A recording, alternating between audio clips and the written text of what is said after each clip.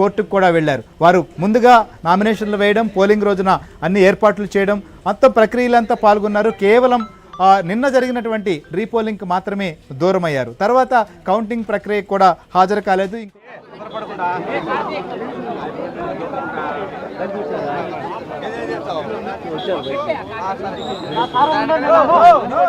ప్రతి ఒక్కరిని టచ్ చేస్తున్నారు, మీరు వెళ్తున్నారు ముందుకి. అంటే మీ అక్కడ పోటీ చేయడానికి కూడా భయపడే పరిస్థితుల్లో మీరు పోటీ చేశారు. ఎలా ఈ విజయాన్ని ఎలా చూస్తారు? అసలు ఈ విజయాన్ని అసలు ఈ జనాలు తీర్పు, అదే మా ప్రజలు ఓటర్ల తీర్పు చాలా బాగా ఇచ్చారండి. బాగా మెజార్టీతో గెలిచానండి. అంటే ఇప్పటికి బ్రేక్ అయినట్టేనా ఇది ఇక్కడ పులివెందుల్లో బ్రేక్ అయినట్టేనా? ముందు వాటి గురించి మీరు చెప్పండి.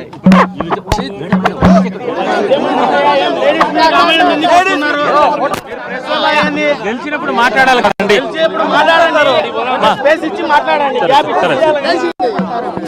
మాట్లాడితే బాగుంటుంది. సరే సరే సరే మా అమ్మా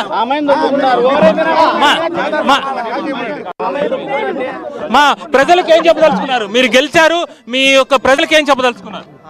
వాళ్ళ హామీలన్నీ నేను నెరవేరుస్తానండి. ఓకేనా? ప్రజలు మీ పైన పెట్టిన నమ్మకాన్ని చూస్తే ఏమనిపిస్తుంది? నేను నిలబెట్టుకుంటానని వాళ్ళ అడిగిన హామీలన్నీ నేను నెరవేరుస్తాను. అంటే పులివెందుల్లో యాక్చువల్ గా ఎలక్షనే గతంలో జరిగిన పరిస్థితి లేదు. మీరు నిలబడిన తర్వాత మీకు మీ వెనకబడ్డ మీతో ఇంత భారీ మెజారిటీ ఇచ్చారు, ఎలా చూస్తారు?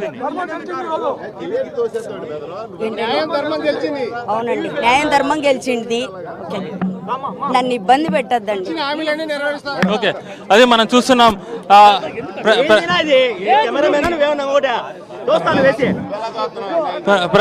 ప్రజలకు ఇచ్చినటువంటి హామీల్ని నెరవేరుస్తాము.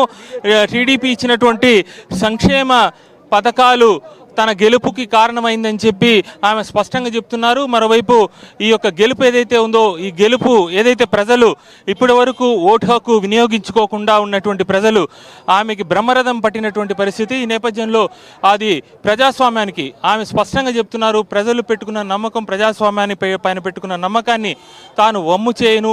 ప్రజలకు ఇచ్చిన మాట ఏదైతే ఉందో, టీడీపీకి సంబంధించినటువంటి మాట ఏదైతే ఉందో వాటన్నిటిని కూడా నెరవేరుస్తాము. ఇక్కడ ఖచ్చితంగా ఈ ప్రజలకి, ఉండేటువంటి ప్రజలకి టీడీపీ పార్టీ ఇచ్చినటువంటి ప్రతి హామీని నెరవేరుస్తాం, ప్రజల తరపున ప్రజల కోసం పనిచేస్తామని చెప్పి ఆమె స్పష్టం చేస్తున్నారు.